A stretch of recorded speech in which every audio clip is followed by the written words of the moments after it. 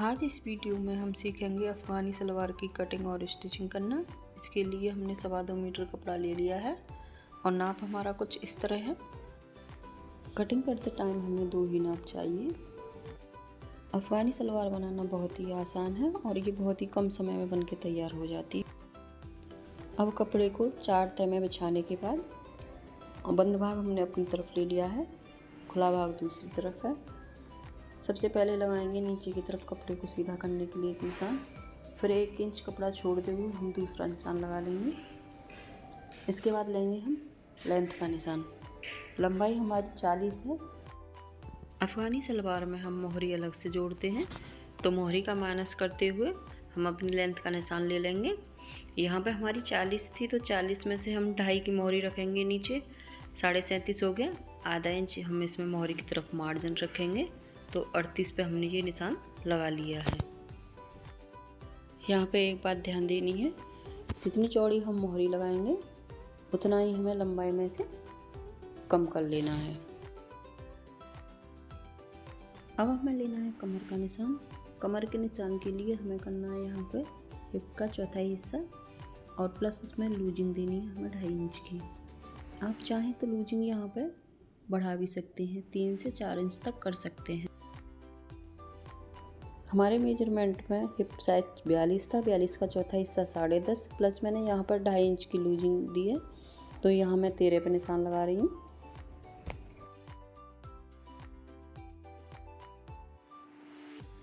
इसके बाद लगाएंगे हम आसन का निशान। तो आसन इसमें हम नॉर्मल रखेंगे, क्योंकि हमारे आगे पीछे के पार्ट एक साथ कट हो रहे हैं, तो पीछे का इसमें कुछ बढ़ेगा नहीं। तो हमने ये निशान लगा लिया है 13 इंच पे और 2.5 इंच हमें आगे बढ़ाना है इसको। इस निशान को हमें सीधा कर लेना है। इसके बाद हम 2 इंच ऊपर मार्जिन रखेंगे इलास्टिक के लिए, इसको भी सीधा कर लेंगे।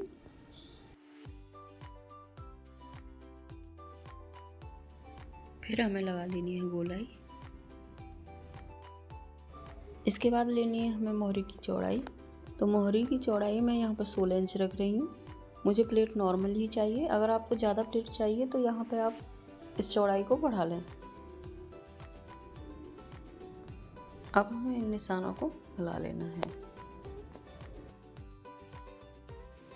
अब सबसे लास्ट में हमें देखना है ये जो 1 इंच एक्स्ट्रा कपड़ा लिया था, ये हमने क्यों लिया था। ये जो हमारे पीछे से मोहरी उठने की प्रॉब्लम आती है, इस निशान को इस तरह तिरछा लगाने से हमारी मोहरी पीछे से ऊपर की तरफ नहीं उठती है।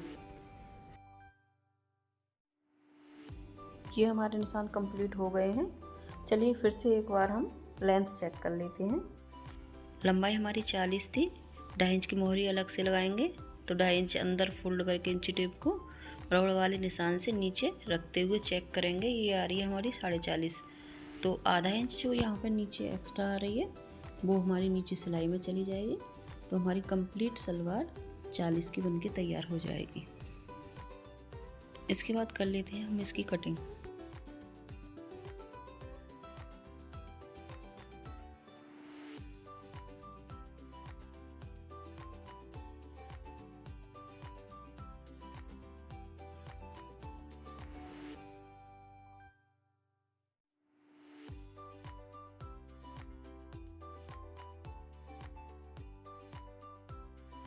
सेंटर में कट लगा लेंगे, जिससे हमें प्लेट डालते समय आसानी रहेगी। और इसके बाद करेंगे हम मोहरी के कपड़े की कटिंग।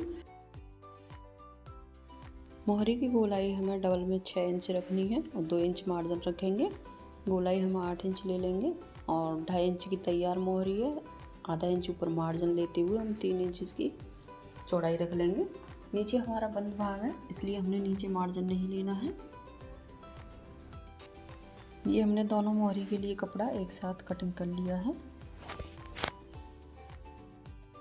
इसके बाद हम इसकी सिलाई करेंगे। तो सिलाई करने के लिए सबसे पहले हमें दोनों पार्ट्स को खोल के बिछा लेना है।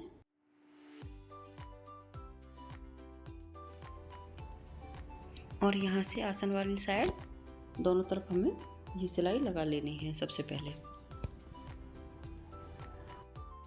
सिलाई लगाने के बाद हमें लगानी है इलास्टिक। तो इलास्टिक हमने कमर का जो भी मेजरमेंट था उसमें से 4 इंच कम करके इसको राउंड में सिल लिया है। अब हम इसे लगाएंगे। तो यहाँ पे हमने 2 इंच कपड़ा एक्स्ट्रा लिया था इलास्टिक के लिए।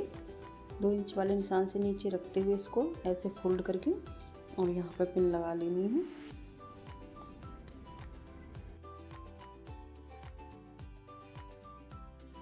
और किनारी पे सिलाई लगानी है।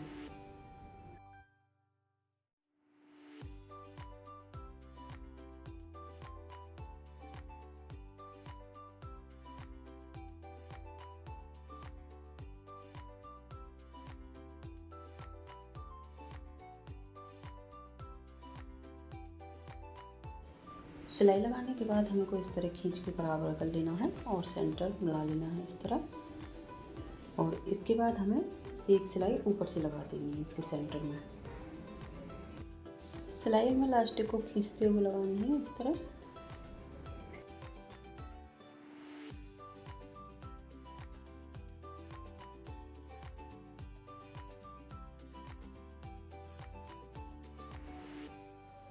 ये हमने इलास्टिक लगा ली है।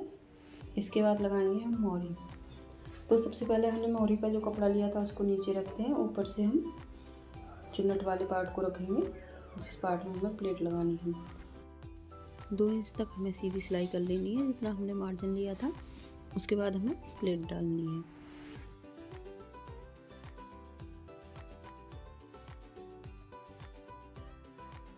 ये हमारे दोनों कपड़ों का सेंटर आ गया है, ऊपर और नीचे वाले का। यहाँ पे हमने कट लगा लिया था। अब आधी प्लेट हमें इस तरफ डालनी है।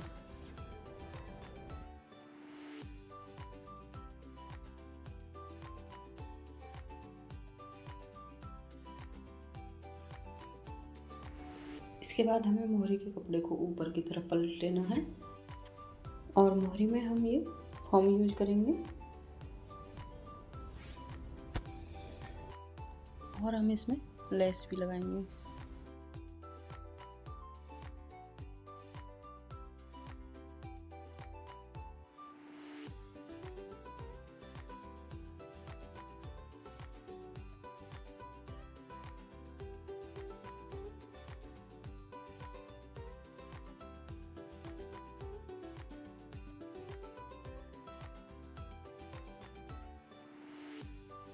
इस तरह हमने मोहरी बना के कंप्लीट कर ली है। अब आप चाहें तो इसके ऊपर सिलाई कर लें या फिर लेस लगा लें। इसके बाद हमें सेंटर वाली सिलाई नॉर्मल सलवार की तरह लगा लेनी है। इस तरह हमारी सलवार सिल के कंप्लीट हो गई है। मोहरी पे हमने लेस लगा ली है।